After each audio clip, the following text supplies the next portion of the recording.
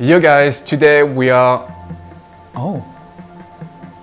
It's working not too bad. So I'm filming with the red Komodo right now and they just updated the autofocus. And it seems like it's working not too bad. Might do a review with this one very soon. Anyway, today we are talking Sony settings and we are going to go through all my Sony settings on both my Sony a7R III or my 6500. Actually, I will do the full demo on my Sony a7R III and it should be pretty much all the same for the a6500 or other camera from Sony.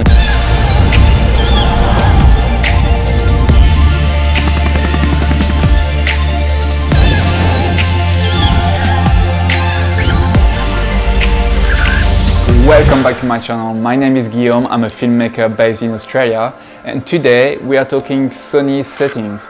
So I will do that review on the Sony a7R III and to do that we are going to jump on my overhead setup. I'm pretty much going to reset the camera so that you have no surprise and I'm doing that with you from scratch. And we are going to talk about all the internal settings and as well as the shortcuts that I would recommend to use for video. So yeah, let's get started. Okay, we are in. This is the a7R III and to make sure we are all on the same page, I'm going to do a setting reset so that I'm starting from scratch and you guys can have a look at what needs to be done. Here we are, just did the factory reset and the first thing we want to do is actually go here into the movie mode. This is where we're going to parameter all our presets and then we'll affect them to some memory recall. So here we've got 1, 2, or 3 on this camera and you've got M1, M2, M3 inside the camera as well. We are going to enter the menu. So the menu camera number 1 here is mostly for pictures, but some parameters can affect us later on. Since we are in the video mode, we won't be able to change all the settings. So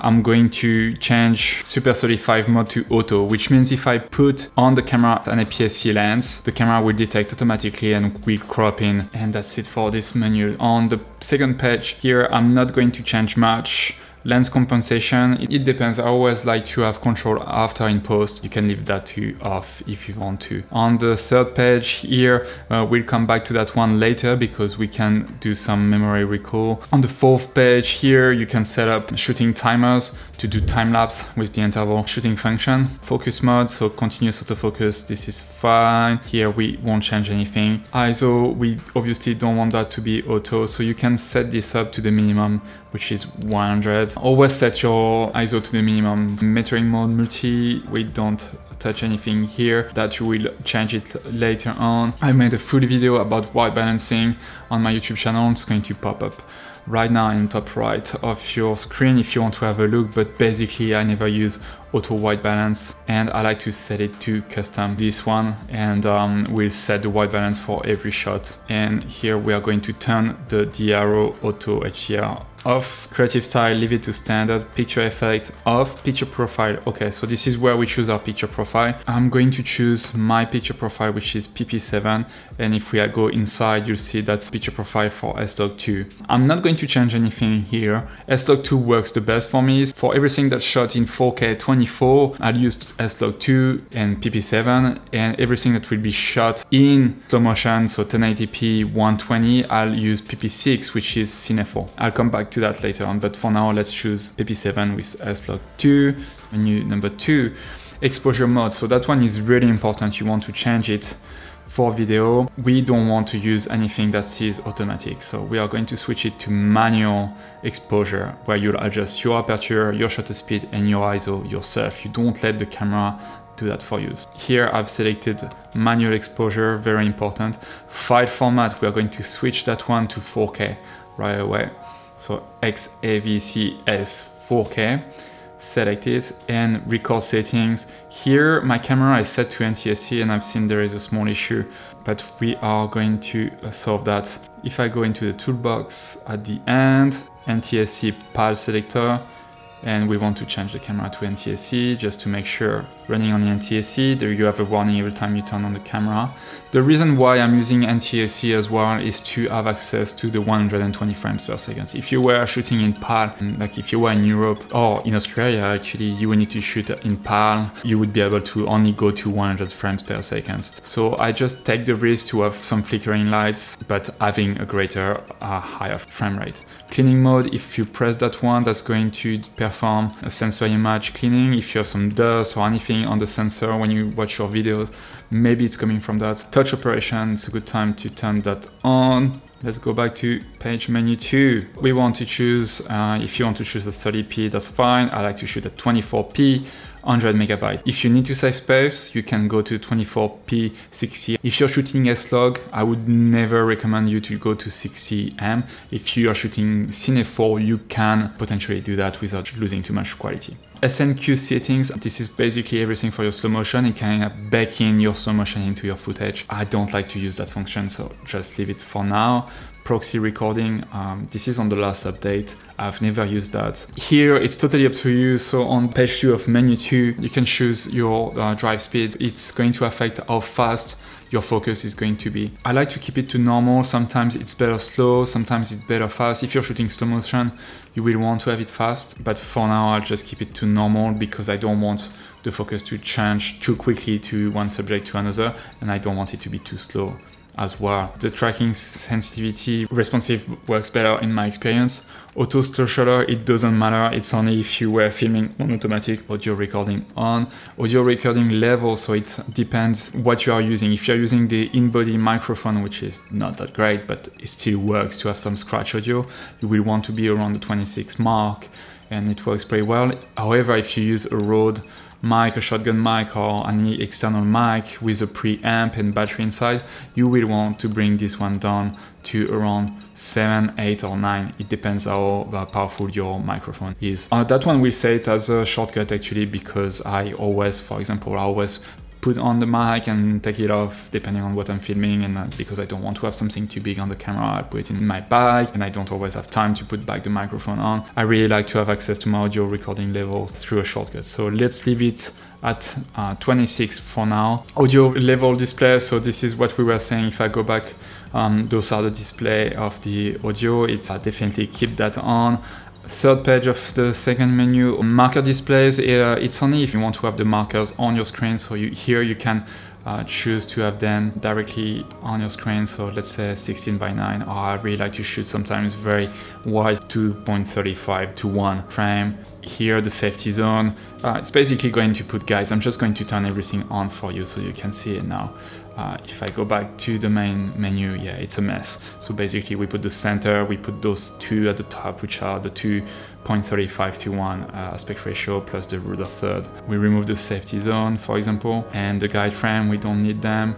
Here, if you come back, here you go. So you have only your aspect ratio now plus the center. Movie with shutter, it's totally up to you if you want to use the shutter button. So this one has a recording button. That button is very easy to bump. However, sometimes it's good. So you can turn that one on, let's say. Next menu, here one you can adjust is the steady shot. If you're shooting on a gimbal, sometimes it's interesting to turn that one off, because that could be the reason why you have some wobbling footage. On the gimbal, turn that off. If you are handheld and have a good stabilized lens, definitely keep that on.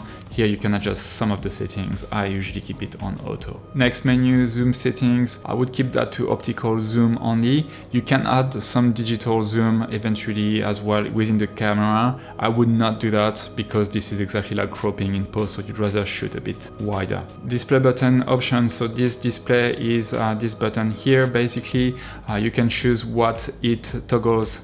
So basically, do you want the graphic display, which I don't like, display all info, no info at all. It's really good because it gives you a clear screen, just the histogram, just a level.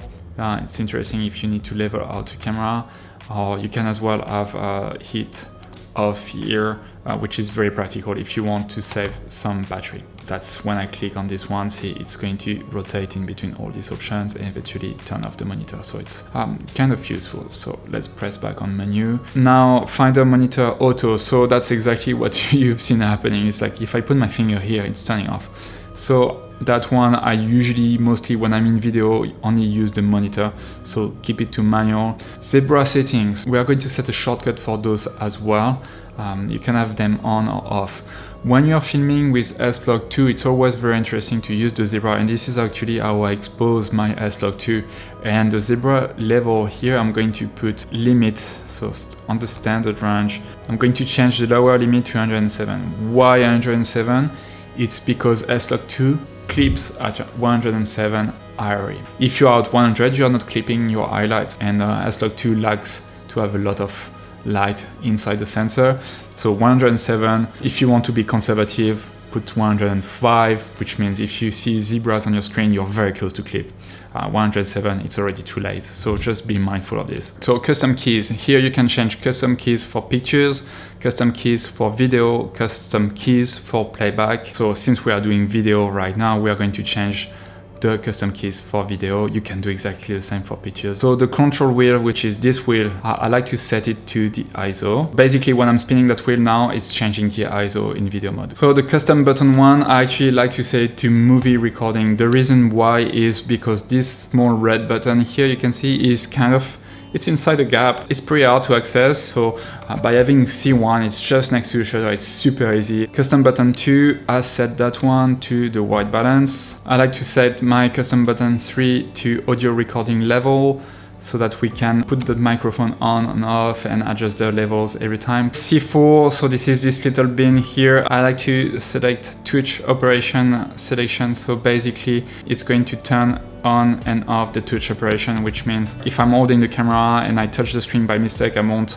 trigger the focus. Page number 2, multi-selections center button. So this is this one here at the top. I like to set this one to the full frame to APS-C lens selection, which means if you're not using an APS-C lens, it's going to crop into your picture for you without losing any quality, and that's pretty cool. That gives you that extra range. For example, I'm using a 16-35, and if I were to press that button now, I'll be able to crop in a lot more. Here you can see when I'm on this menu now, when I pressed that toggle, you can see that small logo at the top. So basically I'm turning on or off the Super 35 mode. And if you zoom in, this is still 4K, so this is the magic of it. I love this function. For the center button, I like to use manual focus control toggle, which means now when I'm in video mode, I'll be able to switch back and forth manual and autofocus, as you can see here. For the left button, I'm using the audio signal, which lets me turn on and off the audio signal from the camera. So that sound you hear, that one, when you start and stop recording, can be annoying, especially if you're shooting a wedding and you need to be very quiet. However, if you're filming, for example, interviews, the camera has a limitation of 30 minutes of recording, which means if it stops recording and you don't have any audio signal, you won't hear it, which could be an issue. The right button here is set up to the zebra level, which means I can adjust my zebra settings directly by clicking that button. It's very practical. So as I said, S-Log2 would be 107. If I'm shooting Cine 4, here I can very quickly adjust to 100, which is where Cine 4 usually clips. The down button, I have it directly on the picture profile. So mostly in 4K 24, I'm going to shoot S-Log2, obviously. But if I'm walking inside or to some places that are very dark, I want to have access to my picture profile very quickly to be able to change to, let's say, Cine 4 in PP6. If there is much less light and I need to crank up the ISO, PP6, Cine 4 will be much cleaner than S-Log2. Finally, on the third page, my AEL button, which is this one here, is directly the monitor brightness. That's very practical if I want to save battery but still want to have the monitor on. You can switch it to manual and adjust it to save battery and very quickly go back to something much brighter. This button F1, I will set it to focus magnifier, which means it's going to crop in on the picture. Basically, if I press that button, see I'm zooming in directly on the picture, which is very practical if I'm in manual focus and I really want to see what I'm focusing on.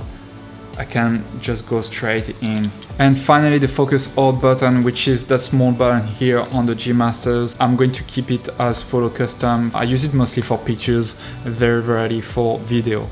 So this is going to follow whatever I'm assigning that button in the picture mode. And that's it for the custom keys. Here, my dial setup, I've got my aperture on this dial here and my shutter speed directly here. My ISO, as we set it in the shortcuts, is here, which means I can control my exposure directly from those wheels very quickly. Here I went directly to the setup number 1 on the first page. The only thing you will want eventually to use if you're filming S-Log2 is having the gamma display assist on. You can set it as a shortcut as well. I like to directly monitor my S-Log2 from the monitor without applying applying any conversion LUT. Here the camera does it for you. If you select, let's say, assist S-Log 2, it's directly going to convert your footage to Rec 709. And here on that last page with my menu, you can set some more shortcuts eventually, instead of having to browse. Like we all know that the Sony menus are a bit hard to navigate, so you can add your own shortcut directly here. So on the last page, if you want to have, I don't know, let's say your focus mode, you just add it, and this is in your favorites at the end on this page. So that's it. We are pretty much done with the menus, and now this is where it gets interesting. So we are still in movie mode here, just make sure of that, and we are going to create some presets so that you can shoot in any condition. Here on the A7R3, we've got 3 modes, 3 shortcuts directly from that wheel, which is 1, 2, and 3. In 1, I like to use 4K 24. This is my go-to mode for pretty much everything. 2, I like to use this one as slow motion, so it's going to shoot in 1080p 120, and mode number 3 will be my vlogging mode, which means I will have a mode for vlogging. I will set the camera so that I can film myself directly like this without having to worry about my exposure or my aperture. So we'll go through that right now. The first thing we want to do is set the camera for our 4K 24, which is mode 1. So we don't want to have any crop, and we want to set our shutter speed to 1/50 because we are going to shoot 4K 24, so double the frame rate for our shutter speed. My aperture to have the lowest aperture because I like to have that blurry background. See how I'm using all those shortcuts directly here. I don't have to go in the menus, so it's very, very easy. We want our audio signals on. We want as standard our picture profile PP7 S-Log 2 to be our standard for mode 1. We want our zebras to be at 107. We can also as well adjust the white balance for standard for mode 1. Here 5500 should do the trick. Now how are we going to assign that to our mode 1? You will go directly to the menu. So here I have a favorite in my favorite menus, but I'll show you how to find that. In the first menu, page number 3, and you go into memory, and here you can see at the top you have access to 1, 2, 3, and as well M1, M2, M3, M4. All of this you can preset them, and here on this page it gives you a recap of what you are going to memorize for that mode. And if I press in the middle, now I'm registered for my mode 1, which means if I spin the wheel to mode 1 right now, I have again that recall of all those settings, and as you can see, it's all set. Okay, so now that we are done with mode number 1, we are going to set mode number 2, which is our slow motion. So make sure you're back into your video mode, and we are going to adjust the settings. The first thing you want to do is go into the second menu, change your recording setting to HD, and here into the record settings we want to choose 120. That's it. We are still in manual exposure, and all the other settings won't change. Our shutter speed, we are going to change that to 1/250. ISO, so as we said, we don't want to use S-Log 2 for slow motion. The reason being is that the data rate on this camera is not high enough in my opinions, which means if you don't have a lot of light and a lot of very bright colors, it's going to be very hard to recover your colors and the details in PP7 in slow motion. So for that, to change this very quickly, I'm going to use my shortcut, which is the down button, and go to PP6 and click on that. So now I've got PP6 that is set. One thing you need to do before saving that setting is change your ISO down to 200, because this is the minimum ISO you can do in Cine 4. Don't leave it to 800, otherwise you're introducing noise. Going back to my memory recall, and we are going to set it as number 2. That's it. So now if I go into mode number 2, we can see all our settings are here, and if I switch it to number 1, and you can see I'm now in 4K, I can toggle between 1 and 2 very quickly, and all the settings will be already there. Now let's go back to the video mode, and let's create a vlog mode. And here for the vlog mode, I'm going to change my exposure mode. I'm going to use a semi-auto mode, which is aperture priority, which means no matter what aperture I'm going to choose, the camera will choose a shutter speed and eventually an ISO, depending on the scene and the light that gets into the sensor. And I'm going to change back my settings to 4K for vlogging, 24, and that's pretty much it. I'm leaving that one in PV6. It's just a bit easier to grade, and it means I can film and directly post without doing any grading, and the rest should be the same. So we go back into our menu, go into memory, and this time make sure you go to number 3, and that's it. You can actually choose to do another few modes. So you've got M1, M2, M3, M4. Those are not available on that wheel, but they are within the menu, so you could choose some sub-menus here and some sub-settings depending on what you are filming. And that's it, guys. If you have any questions, please leave them down below. If you learned something from that video, please leave it a thumb up and subscribe to my channel. And that's it. I'll see you very soon. Tschüss!